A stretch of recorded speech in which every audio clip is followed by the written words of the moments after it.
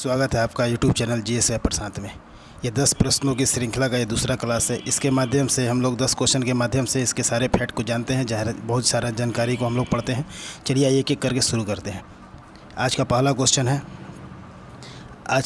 Question है निम्नलिखित में से कौन सा राष्ट्रीय उद्यान असम में स्थित नहीं है। निम्नलिखित में कौन सा राष्ट्रीय उद्यान असम में स्थित नहीं है। A option Kaziranga, B option Raimona, C option Manas और डी ऑप्शन माधवगढ़। तो इस क्वेश्चन का सही आंसर है डी माधवगढ़। माधवगढ़ असम में नहीं है, बल्कि यह कहाँ है, तो भैया एमपी मध्य प्रदेश में है। एमपी मध्य प्रदेश में है। असम में कौन कौन सा है, काजीरंगा, रायमोना, मानस। ये तीन के अलावा डिब्रू सैखोवा, देहिंग पटकई, ओरंग, नोमोरी, ये 4 और 3 7 राष्ट्रीय उद्यान असम में स्थित है। और ये माधवगढ़ एमपी में स्थित है, मध्य प्रदेश। तो मध्य प्रदेश का हम लोग और समझ लेते हैं कौन कौन है। एक माधवगढ़, एक बांधवगढ़, एक दुर्गावती, एक रातापानी, पन्ना, संजय, किसली, ये सब मध्य प्रदेश के राष्ट्रीय उद्यान हैं। तो इस तरह से हम लोग पहला क्वेश्चन को पढ़ लिए। निम्नलिखित में कौन सा राष्ट्रीय उद्यान असम में स्थित नहीं है, तो माधवगढ़ स्थित नहीं है, ये मध्य प्रदेश में है। और काजीरंगा, रायमोना, मानस असम में स्थित है। काजीरंगा के बारे में एक और फैक्ट कि सैटेलाइट से लैस होने वाला पहला राष्ट्रीय उद्यान कौन सा है, काजीरंगा है। यह किस लिए प्रसिद्ध है, तो एक सींग वाले गेंडे के लिए ही प्रसिद्ध है। इस तरह से हम लोग पहला क्वेश्चन देख लिया। अब आगे दूसरा क्वेश्चन देखते हैं। दूसरा क्वेश्चन है मूल संविधान में कितनी अनुसूची को शामिल किया गया था। मूल संविधान में कितनी अनुसूची को शामिल किया गया था। ऑप्शन नंबर ए 10 अनुसूची, ऑप्शन नंबर बी 8 अनुसूची, ऑप्शन नंबर सी 11 अनुसूची, ऑप्शन नंबर डी 12 अनुसूची। तो इस क्वेश्चन का सही आंसर है ऑप्शन नंबर बी 8 अनुसूची। मूल संविधान में हमारा 8 अनुसूची था, फिर बाद में 4 अनुसूची और जोड़ा गया। अभी वर्तमान में टोटल 12 अनुसूची है। ये 4 अनुसूची कौन कौन जोड़ा गया, इसको हम लोग देखते हैं। 4 अनुसूची कब कब जोड़ा गया और किस विषय से संबंधित है 4 अनुसूची, इसके बारे में देखिए। 8 मूल संविधान में था, तो उसके बाद 9वां अनुसूची को जोड़ा गया पहला संविधान संशोधन से। प्रथम संविधान संशोधन ये हुआ था 1951 में। इसमें भूमि सुधार संबंधी कानून को रखा गया है। उसके बाद 10वां अनुसूची, इसको जोड़ा गया 52वां संविधान संशोधन के तहत 1985 में। इसके तहत दल बदल कानून को रखा गया है। 11वां अनुसूची, इसको जोड़ा गया 73वां संविधान संशोधन के तहत 1994 में। और 12वां अनुसूची, इसको 74वां संविधान संशोधन के तहत इसको भी 1994 में ही रखा गया है। तो इस तरह से हम लोग देख लिए कि 8 अनुसूची मूल संविधान में था और 4 अनुसूची को बाद में जोड़ा गया। इस तरह से 12 अनुसूची हो गया। तो 12 अनुसूची कौन कौन विषय शामिल है, इसको हम लोग देखते हैं। पहला अनुसूची में क्या है, भारत में 28 राज्य और 8 केंद्र शासित प्रदेश है, ये पहला अनुसूची में कहा गया है। दूसरा अनुसूची में भारत के उच्च पदाधिकारी जैसे राष्ट्रपति, उपराष्ट्रपति, मुख्य न्यायाधीश, अन्य न्यायाधीश, नियंत्रक और मालिका परीक्षक, ये लोग के जितने भी है, ये लोग का वेतन और भत्ता कहा गया दूसरा में। तीसरा अनुसूची में यही सेम जो दूसरा अनुसूची में उच्च पदाधिकारी का वर्णन है, वही लोग का तीसरा अनुसूची में शपथ और प्रतिज्ञान है। चौथा अनुसूची में क्या है, तो राज्यों का राज्यसभा में कितना सदस्यता होना चाहिए, इसका विवरण चौथा अनुसूची में है। 5वां अनुसूची में क्या है, तो 5वां अनुसूची में अनुसूचित जनजाति के क्षेत्रों के बारे में प्रशासन संबंधी नियम 5वां अनुसूची में। 6ठा अनुसूची में क्या है, 4 राज्य असम, मेघालय, त्रिपुरा, मिजोरम, ये 4 राज्य को स्पेशल राज्य के तहत विशेष प्रावधान किया गया अनुसूची 6ठा में। 7वां अनुसूची में क्या है, तो 7वां अनुसूची में केंद्र और राज्य संबंध है। इसके तहत 3 सूची को शामिल किया गया है, संघ सूची, राज्य सूची और समवर्ती सूची। संघ सूची में कानून बनाने का अधिकार केंद्र सरकार को है। राज्य सूची में कानून बनाने का अधिकार राज्य सरकार को है। और समवर्ती सूची में कानून बनाने का अधिकार दोनों सरकार को है। राज्य सरकार भी बना सकती है और केंद्र सरकार दोनों भी बना सकती है। लेकिन अगर विषय सेम हो जाए तो केंद्र के द्वारा बनाया गया कानून ही मान्य होगा। इस तरह से 7 अनुसूची केंद्र संबंध से है। 8 अनुसूची 22 भाषाओं को संविधान में मान्यता दिया गया है, वो 8 अनुसूची में है। 9 अनुसूची हम लोग देख लिए भूमि सुधार अधिनियम। 10 अनुसूची में दल बदल कानून। 11वां अनुसूची में पंचायत और 12वां अनुसूची में नगर पालिका। तो इस तरह से हम लोग पूरे अनुसूची को पढ़ लिए। अब नेक्स्ट क्वेश्चन देखते हैं। नेक्स्ट क्वेश्चन है गंगा नदी को बांग्लादेश में किस नाम से जाना जाता है। गंगा नदी को बांग्लादेश में किस नाम से जाना जाता है, ये अनगिनत बार अनेकों एग्जाम में आ चुका है क्वेश्चन। गंगा नदी को बांग्लादेश में किस नाम से जाना जाता है। तो गंगा नदी को बांग्लादेश में option number A Yamuna, option number B Bhagirathi, option number C Padma या ऑप्शन नंबर डी मेघना। तो इस क्वेश्चन का सही जवाब है option number C Padma. Bangladesh में गंगा नदी को बांग्लादेश में पद्मा के नाम से जानते हैं। अब थोड़ा गंगा नदी के बारे में हम लोग पढ़ लेते हैं। गंगा नदी कहाँ से निकलती है, गंगोत्री हिमानी से निकलती है। कितना ऊंचाई से निकलती है, 3900 मीटर की ऊंचाई से निकलती है। ऊंचाई से निकलती है। गंगोत्री हिमालय उत्तराखंड में ये ग्लेशियर पड़ता है, उत्तराखंड में ये ग्लेशियर पड़ता है। इसको हम लोग डिटेल से थोड़ा देख रहे हैं गंगा नदी को। गंगा नदी यहाँ से निकलती है, वहाँ इसका नाम गंगा नहीं रहता है। गंगा नदी के बारे में कुछ इसका पृष्ठभूमि से क्वेश्चन आता है, उसको हम देखते हैं। एक है विष्णु प्रयाग, एक है विष्णु गंगा और धौली गंगा। ये दो धारा निकलती है। ये दो धारा जहाँ से मिलती हैं वहाँ इसका नाम उस जगह कहलाता है विष्णु प्रयाग। और यहाँ से जो दो धारा मिल के आगे बढ़ेगी, ये धारा के नाम है अलकनंदा नदी। फिर जैसे अलकनंदा आगे बढ़ेगी, एक और नदी इधर से मिलेगी, पिंडार नदी। यहाँ इसका नाम पड़ जाएगा कर्ण प्रयाग। फिर जैसे अलकनंदा नदी आगे बढ़ेगी, फिर एक नदी मिलेगी आगे नंदाकिनी, तो यहाँ नाम इसका पड़ जाएगा नंद प्रयाग। फिर अलकनंदा ही आगे बढ़ेगी, अलकनंदा ही फिर आगे बढ़ेगी, मिट गया। देखिए, एक विष्णु प्रयाग, विष्णु गंगा और धौली गंगा, विष्णु गंगा और धौली गंगा, ये दोनों नदी मिलेगी तो यहाँ पर नाम है इसका विष्णु प्रयाग, विष्णु प्रयाग। उसके बाद फिर से ये नदी आगे बढ़ेगी अलकनंदा के नाम से, यहाँ एक नदी मिलेगी पिंडार नदी, यहाँ इसका नाम पड़ेगा कर्ण प्रयाग, कर्ण प्रयाग। फिर ये नदी आगे बढ़ेगी तो इससे एक मिलेगी नंदाकिनी नदी, फिर इसका नाम पड़ेगा नंद प्रयाग। फिर नंदाकिनी जैसे आगे बढ़ेगी उसमें एक मंदाकिनी नदी मिलेगी तो इसका नाम पड़ेगा रुद्र प्रयाग। और फिर ये अलकनंदा नाम से आगे बढ़ेगी और इधर से एक नदी आके मिलेगी भागीरथी, भागीरथी और अलकनंदा, ये जहाँ से मिलती है वहाँ नाम है इसका देव प्रयाग। यहीं से इस दोनों धाराओं का सम्मिलित नाम हो जाएगा गंगा, जो आगे चल के बांग्लादेश में पद्मा के नाम से जानी जाती है।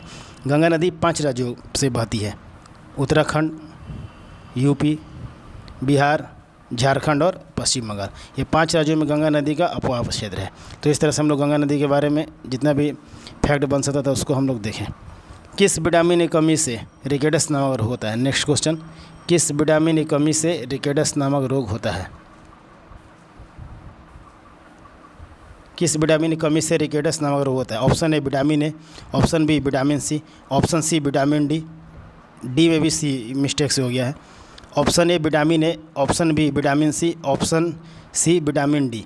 तो किस विटामिन की कमी से रिकेटस नामक रोग होता है? तो रिकेटस होता है option number C, vitamin D की कमी से। विटामिन डी की कमी से 2 रोग होगा, एक होता है रिकेटस, एक होता है रिकेटस, ये होता है बच्चों में, ये होगा बच्चों में। और बड़ों में विटामिन डी की कमी से होता है ऑस्टोमेलेसिया रोग, ऑस्टोमेलेसिया रोग, ये भी विटामिन डी की कमी से ही होता है। रिकेटस बच्चों में होता है, ऑस्टोमेलेसिया बड़ों में होता है, विटामिन डी की कमी से।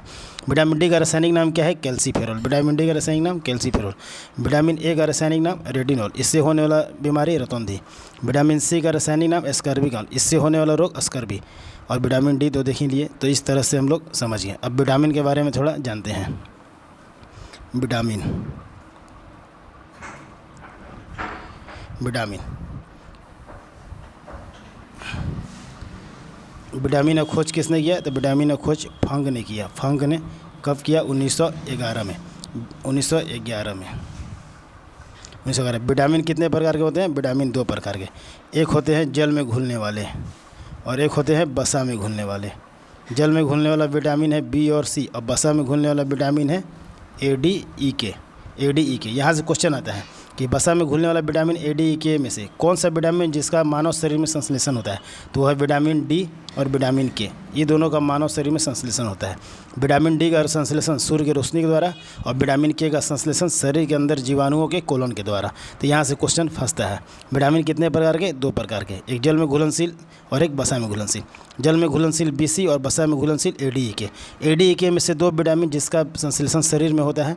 वैसे तो कोई भी विटामिन का संश्लेषण हमारे शरीर में नहीं होता है, ये हमको बाहर से भोज्य पदार्थ के माध्यम से हमको प्राप्त करना पड़ता है। लेकिन 2 विटामिन का संश्लेषण शरीर के अंदर होगा, एक विटामिन डी सूर्य के किरण से और एक विटामिन के शरीर के अंदर जीवाणुओं के कोलन में होता है। तो इस तरह से हम लोग विटामिन के सारे क्वेश्चन को समझ गए।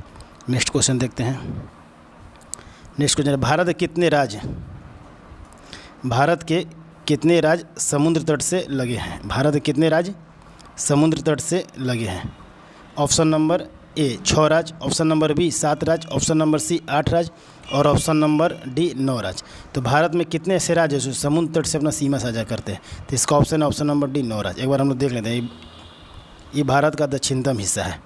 तो सबसे पहला है गुजरात, फिर आएगा महाराष्ट्र, फिर आएगा गोवा, फिर आएगा कर्नाटक, फिर आएगा केरल, नीचे में केरल, फिर यहाँ है तमिलनाडु, यहाँ है आंध्र प्रदेश, यहाँ है उड़ीसा और यहाँ है पश्चिम बंगाल।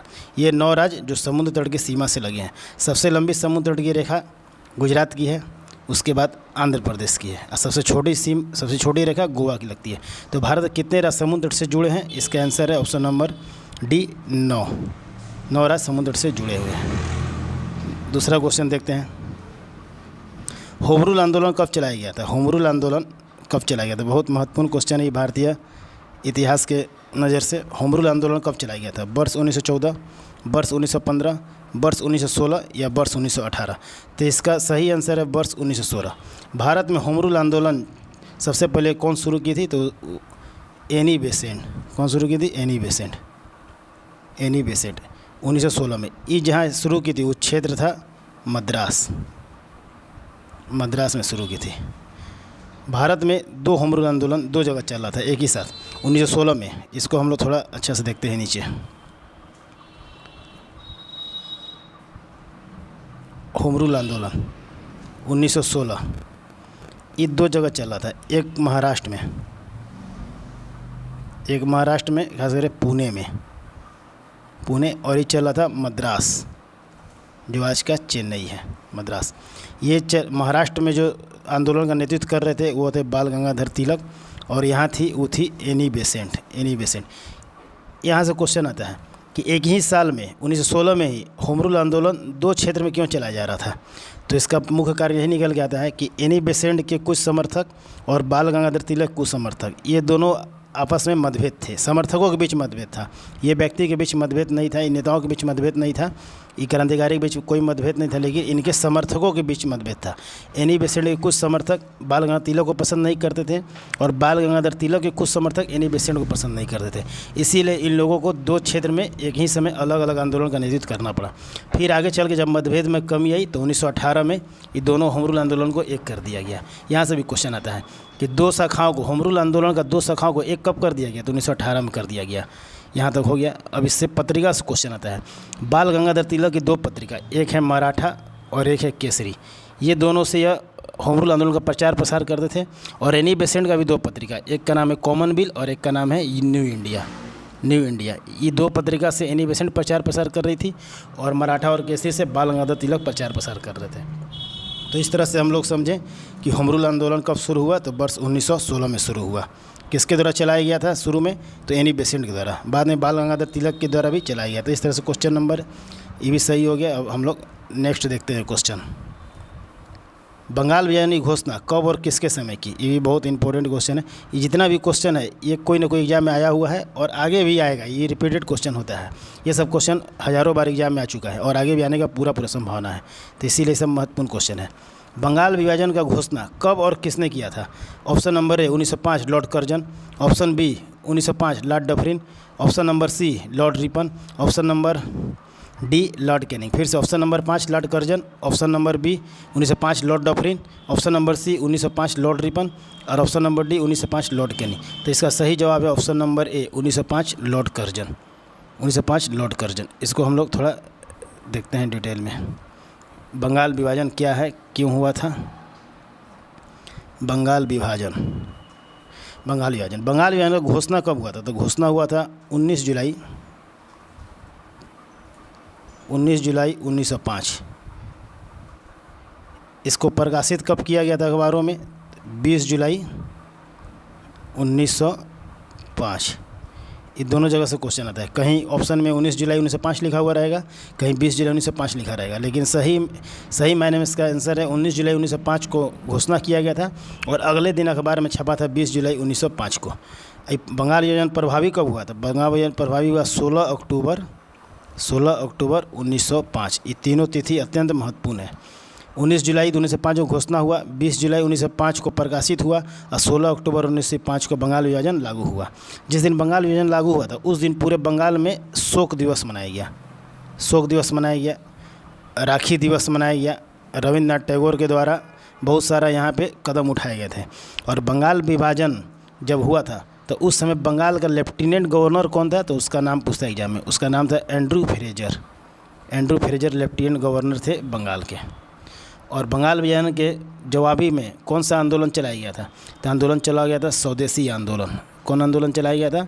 स्वदेशी आंदोलन चलाया गया था। इसका भी तारीख 7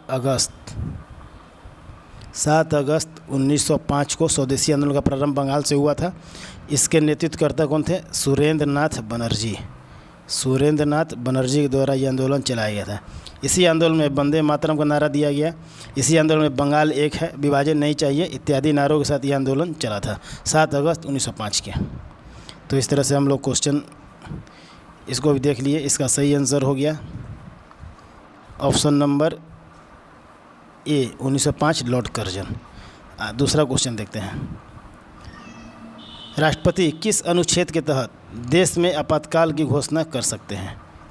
राष्ट्रपति किस अनुच्छेद के तहत देश में आपातकाल की घोषणा कर सकते हैं? अनुच्छेद ए 352, अनुच्छेद बी 356, अनुच्छेद सी 360 या डी इनमें से कोई नहीं। तो इस क्वेश्चन का सही जवाब है अनुच्छेद ए 352। अनुच्छेद ए 352। इसको हम लोग देखते हैं कि आपातकाल की शक्ति होता क्या है। राष्ट्रपति को कितने प्रकार की आपातकाल की शक्ति मिली है? 3 प्रकार की आपातकाल की शक्ति मिली है। अनुच्छेद 352 इसको बोलते हैं राष्ट्रीय आपात। अनुच्छेद 356 इसको बोलते हैं राष्ट्रपति शासन। अनुच्छेद 360 इसको बोलते हैं वित्तीय आपात। तो यहाँ से क्वेश्चन है अनुच्छेद 352। अनुच्छेद 352 किस आधार पे आर्टिकल या अनुच्छेद का उपयोग किस आधार पर किया जाता है? यानी भारत में आपातकाल राष्ट्रपति लगाएंगे तो उसका पीछे कारण क्या होना? तो पीछे कारण है सशस्त्र विद्रोह, युद्ध या बाहरी आक्रमण। पहले जब मूल संविधान बना था तो उस समय एक वर्ड इसमें था आंतरिक गड़बड़ी या आंतरिक अशांति। इसको 44वां संविधान संशोधन 1978 के द्वारा ये आंतरिक अशांति को हटा करके यहाँ सशस्त्र विद्रोह जोड़ा गया और बाहरी आक्रमण और युद्ध आक्रमण जोड़ा गया था। तो इस तरह से 352 में राष्ट्रीय आपात का चर्चा है। अनुच्छेद 356 राज्यों में राष्ट्रपति शासन जो लगता है वो अनुच्छेद 356 के तहत लगता है। जब किसी भी राज्य में राज्यपाल को यह आभास हो जाए कि वहाँ का प्रशासन संविधान के अनुरूप नहीं चल रहा तो राष्ट्रपति को सिफारिश करेगा कि यहाँ शासन अपने हाथों में ले और राज्यों में राष्ट्रपति शासन घोषित करे। ये अनुच्छेद 356 का प्रयोग करते हैं। 360 में जब राष्ट्रपति को ऐसा आभास हो जाए कि देश में वित्तीय साख को खतरा है या मंदी आ गई है तो उस समय 360 का उपयोग करके वो वित्तीय आपातकाल लगा सकते हैं। अभी तक भारत में एक भी बार वित्तीय आपात नहीं लगाया गया है, वित्तीय आपातकाल नहीं लगाया गया है। तो राष्ट्रपति शासन 352 अब तक कितने बार लगा है? तो अब तक 3 बार लगा है। पहला बार लगा था 1962 में भारत चीन युद्ध, उसके बाद लगा था 1971 में भारत पाकिस्तान युद्ध और आंतरिक गड़बड़ी के आधार पर लगा था 1975 में इंदिरा गांधी जी के समय 1975 में आपातकाल लगाया गया था। तो इस तरह से हम लोग आपातकाल से बनने वाला क्वेश्चन देख लिए और इस क्वेश्चन का सही जवाब भी जान गए कि क्वेश्चन का सही जवाब क्या है। तो इस क्वेश्चन का सही जवाब है अनुच्छेद 352। अनुच्छेद 352। चलिए नेक्स्ट क्वेश्चन देखते हैं। भिलाई इस्पात संयंत्र का स्थापना किस पंचवर्षीय योजना में हुआ था? भिलाई इस्पात संयंत्र का स्थापना किस पंचवर्षीय योजना में हुआ था? तो भिलाई प्रथम योजना, बी में द्वितीय योजना, सी में तृतीय योजना, डी में चतुर्थ योजना। इस पंचवर्षीय योजना में द्वितीय पंचवर्षीय योजना में भिलाई इस्पात संयंत्र का स्थापना किया गया था। भिलाई इस्पात संयंत्र का स्थापना किस देश के सहयोग से? तो रूस का सहयोग से। रूस का 3 संयंत्र स्थापना किया गया था। एक भिलाई हो गया, दूसरा हो गया राउरकेला, उसके बाद तीसरा हो गया दुर्गापुर। भिलाई, राउरकेला, दुर्गापुर, ये तीनों इस्पात संयंत्र का स्थापना दूसरा पंचवर्षीय योजना में किया गया था। तो भिलाई का स्थापना रूस के सहयोग से, राउरकेला का स्थापना पश्चिमी जर्मनी का सहयोग से और दुर्गापुर का स्थापना ब्रिटेन का सहयोग से किया गया था। ये इकोनॉमिक्स का क्वेश्चन है, पंचवर्षीय योजना से रिलेटेड करके भारतीय उद्योग में पूछा जाता है और पंचवर्षीय योजना से ही पूछा जाता है। अत्यंत महत्वपूर्ण क्वेश्चन है। भिलाई इस्पात संयंत्र का स्थापना किस पंचवर्षीय योजना में? द्वितीय पंचवर्षीय योजना में। द्वितीय पंचवर्षीय योजना कब से कब चला था? तो 1956 से 1961 चला था। 1956 से 1961 चला था। तब हम लोग दूसरा क्वेश्चन देखते हैं। राष्ट्रीय प्रवासी दिवस कब मनाया जाता है? राष्ट्रीय प्रवासी दिवस कब मनाया जाता है? ए नंबर 10 जनवरी, बी 9 जनवरी, सी 8 मार्च या डी 14 मार्च। इस क्वेश्चन का सही जवाब है बी 9 जनवरी। प्रवासी दिवस, ये प्रवासी दिवस मनता क्यों है? जब महात्मा गांधी अफ्रीका से भारत आए थे वो तारीख था 9 जनवरी 1915। इन्हीं को यादगार बनाने के लिए या इन्हीं का याद में हर वर्ष 9 जनवरी को राष्ट्रीय प्रवासी दिवस मनाया जाता है। किस लिए मनाया जाता है? गांधी जी का भारत आगमन। कहाँ से आगमन? अफ्रीका से आगमन। तो 9 जनवरी को। 10 जनवरी को विश्व हिंदी दिवस मनाते हैं। 8 मार्च को अंतर्राष्ट्रीय महिला दिवस। 14 जून को विश्व रक्तदान दिवस मनाते हैं। इस तरह से हम लोग चारों दिवस समझ गए किस डेट में कौन सा दिवस मनता है। अब नेक्स्ट क्वेश्चन देखते हैं। लास्ट क्वेश्चन हो गया। तो इस तरह से हम लोग 10 क्वेश्चन का श्रृंखला का दूसरा वीडियो आज देख लिए। ये जो क्वेश्चन है जितना भी हम लोग डिस्कस किए, ये एग्ज़ाम आया है और बहुत बार रिपीट हो गया है। बहुत सारा एग्ज़ाम आया है, तो आगे भी संभावना है कि कोई ना कोई एग्ज़ाम में आएगा। इसके माध्यम से हम लोग थोड़ा थोड़ा करके इसके सारे डिटेल को देख रहे हैं। आगे जैसे जैसे क्लास हम लोग देखेंगे और क्लास अच्छा होते जाएगा। तो इस तरह से हम लोग बहुत सारे टॉपिक, बहुत सारा मिक्स क्वेश्चन, बहुत सारा प्रीवियस ईयर्स क्वेश्चन को सॉल्व करेंगे और उसका डिस्कशन करेंगे डिटेल पे। आपको अच्छा ही क्लास लगे तो आप कमेंट कीजिए, लाइक कीजिए, सब्सक्राइब कीजिए। इसमें जो भी कुछ कमी है वो कमी को कमेंट में लिख दीजिए। हम लोग उसको सुधार करने का कोशिश करेंगे। कैसा लगा वीडियो ये ज़रूर बताइएगा। और ये देखने के लिए आपका बहुत बहुत धन्यवाद। मिलते हैं अगले कोई वीडियो में।